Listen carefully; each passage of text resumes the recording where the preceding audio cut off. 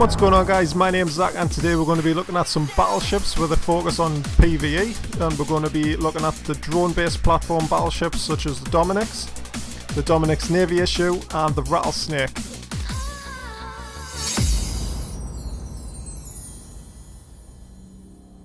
And first up, we've got the Dominix, one of EVE Online's most iconic ships, otherwise known to many as the mighty space potato.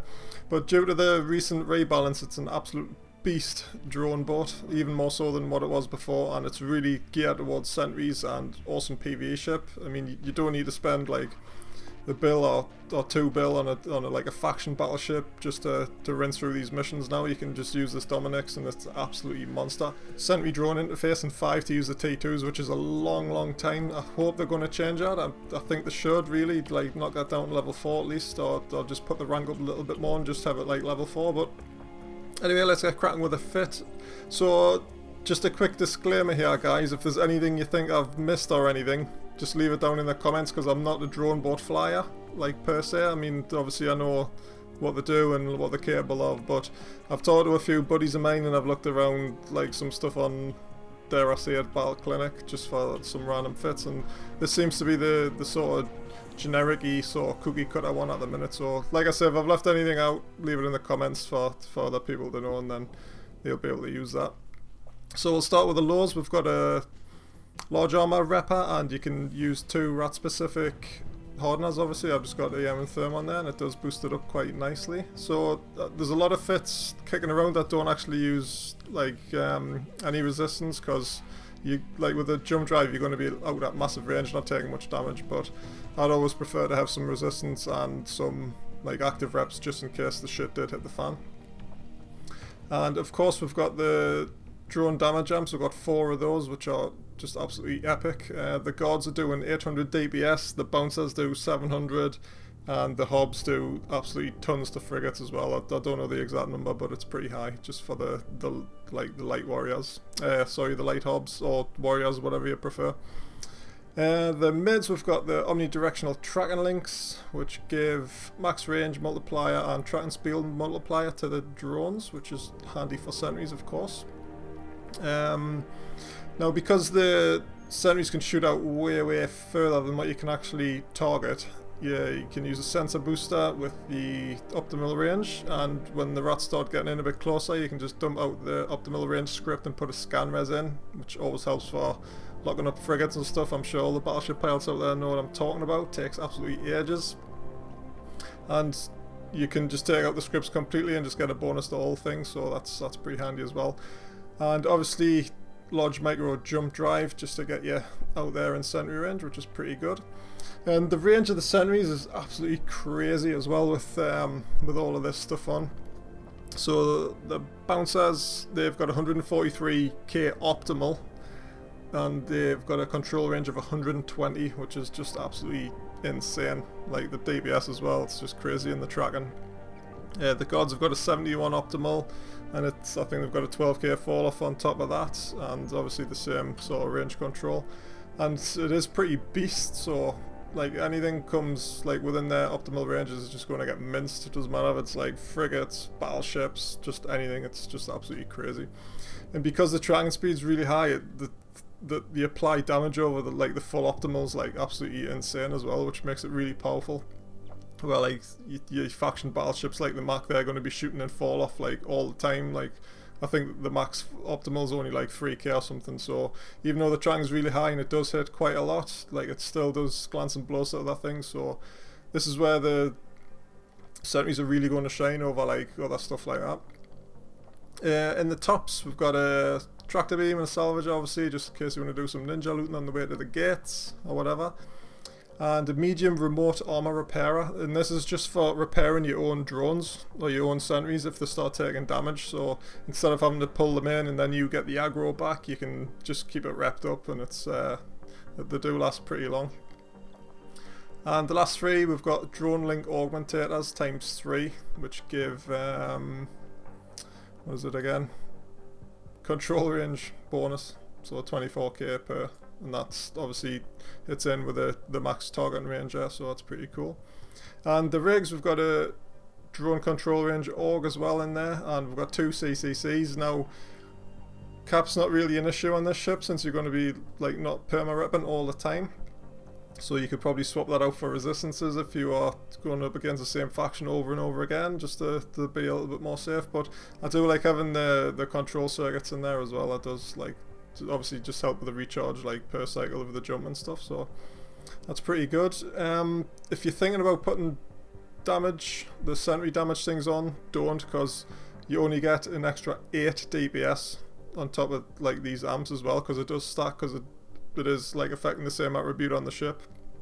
So the sentry amps they're pretty crap for the rigs, and they also take 200 calibration as well, which is a bit crazy. So if you put one of them in, you're not leaving yourself much room for anything else. So I think that pretty much about covers the dummy. We'll move on to the Navy issue next, which is really gorgeous to look at with its camo on and stuff.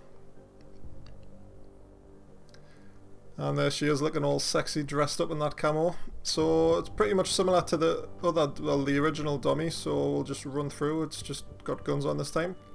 So we'll start with the lows again, exactly the same as the dummy. We've got the Repper, the 2 specific hardeners, and the 4 damage amps. Now, obviously you have got guns on this time, and I thought, like when I was building it, I thought, well, should I put 2 amps on and 2 mag stabs, or should I just put all 4 amps in? And obviously the Navy dummy gets a 5% bonus to damage anyway off the big guns, so you can sort of get away with that if you know what I mean. I mean the guns are only doing like 280 DPS, but it's still better than nothing I suppose. When you've got the bonus you may as well use it. And the drones are still doing 880, so that's an extra 80 over the normal dummy, which is pretty beast, even though it does lose out the tracking, but you still get a decent range as well. So in the mids we've got tracking computer with optimal range, and that boosts up the guns to 41k optimal, and you've got it up to 84 as well, so that's going to be hitting pretty decent, although the tracking is going to be quite bad on it. Sensor booster again with target range script. Obviously we're still MJD fit, so we need to be able to target stuff like quite far out for the drones and the guns and stuff. And that gives us 140k, same as the dummy as well, so that's pretty beast. We've got 3 omnidirectional tracking links. Now looking at it now, I might only probably fit 2, but we'll go with the 3 for now. Obviously still a massive benefit to the guards or the bouncers or whatever you're going to be using, because the tracking is like a massive part of sentry like applied damage. Obviously the MJD just to get you out of there. Seems to be flavour of the month at the minute, the MJDs, it's pretty good. In the tops we've got a drone link and some 425s, and the rigs again, like I said before, the CCCs are on at the minute, but you can swap them out for other stuff. I mean, looking at it, you might be able to get away with like a collision accelerator or something, just to give you a bit more DPS on the guns maybe. I think there's probably enough power grid to get away with that, but I like to stick with the CCCs personally. You can obviously change your mind. And we've got a control range AUG for the drones as well, which is always handy to have. So yeah, it's pretty beast. The tank's quite large on this, especially in hull. If you hull tank it, it's just absolutely beast, but obviously you won't be doing that in missions. So that's just another variant, but if I had to pick between the two, I would probably still just take the standard dummy over this. I mean, I know you get an extra couple hundred DPS, but is it worth the extra cost of the actual ship and all the hassle it is to get it? Or like, make up your own mind, but bang for buck, dummies a lot better than this, I think, even though obviously you're doing more DPS.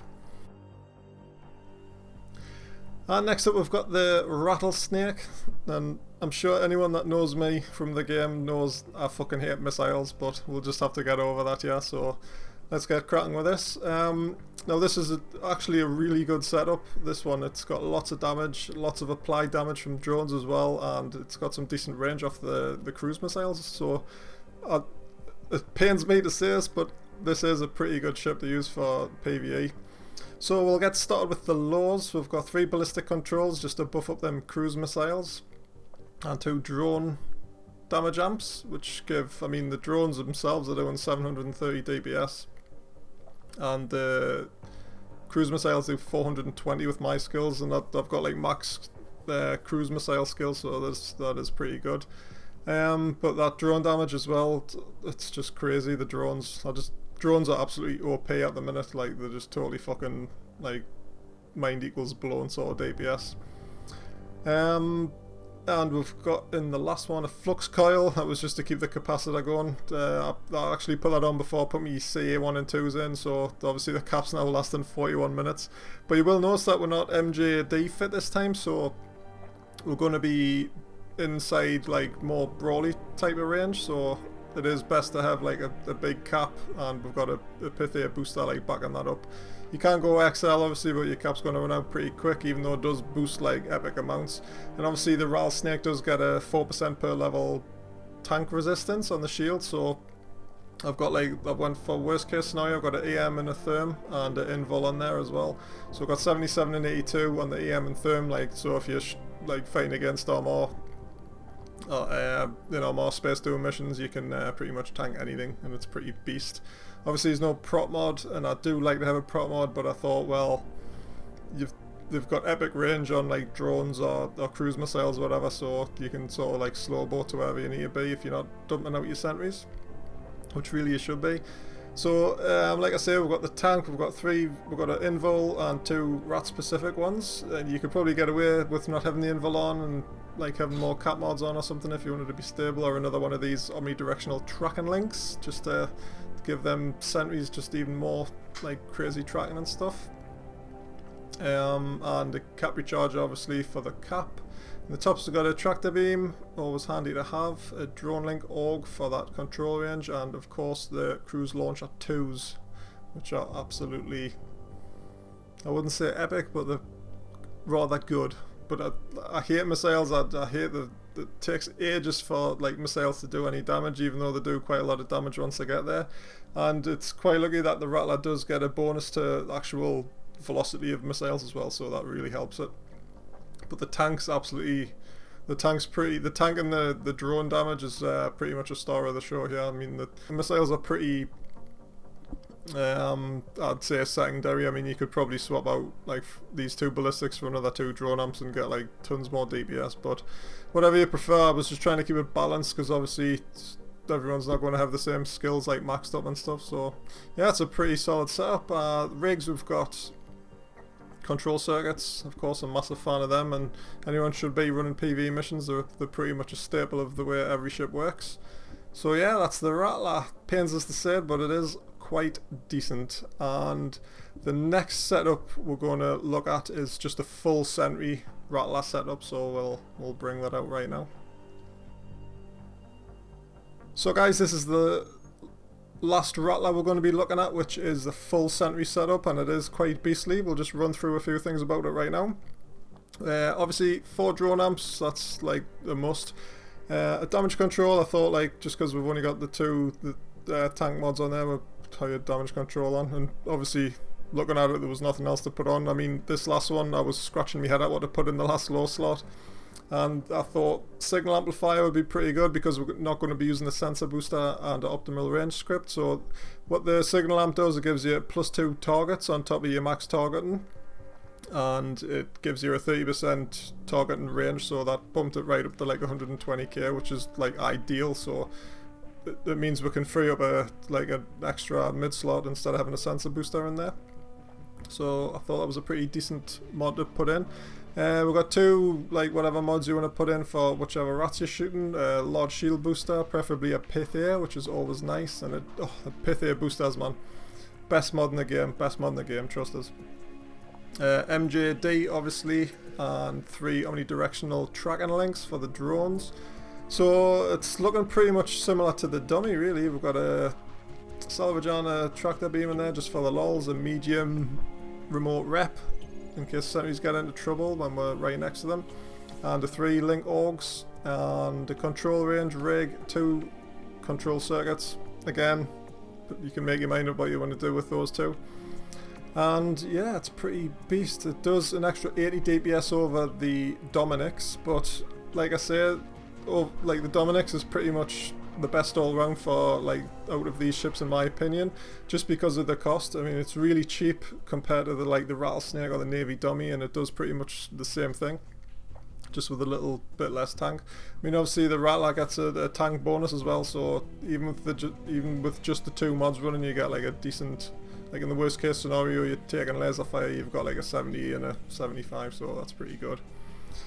And obviously this one's not missiles, and I hate missiles, so I think this one over the cruise / sentry setup's probably better, even though you're doing like less DPS. So it's pretty much like the dummy versus the navy dummy, like the missile versus the full sentry Rattler. So either way, they're both still really good, and it's just I would prefer this one. So out of all of the ships we've looked at in this video, I think I would personally just have the standard Dominix. There's nothing the matter with it. It does everything it should do, and it does it really well, so why would you want anything else? You don't have to spend like a bill or like 2 bill getting a decent Rattlesnake, or however much they are now, getting it all like super fitted up. And yeah, Dummy's just absolute beast. So that wraps it up for this episode of zaqq Fits, guys. Next up we'll be looking at, I think, the sacrilege or the Mauler hull and stuff like that's going to be up next. That's in the next Fit video. I mean, there probably will be some other videos in between them. I've just done like some trailer style ones as well, so if you haven't already seen them, please feel free to go and check them out. Like I say, if I've missed anything in this one, just leave a comment or grab us in game, give us a shout, send us a mail. Always interested to hear what people are up to and stuff. So yeah, that's it guys, and I'll catch you next time.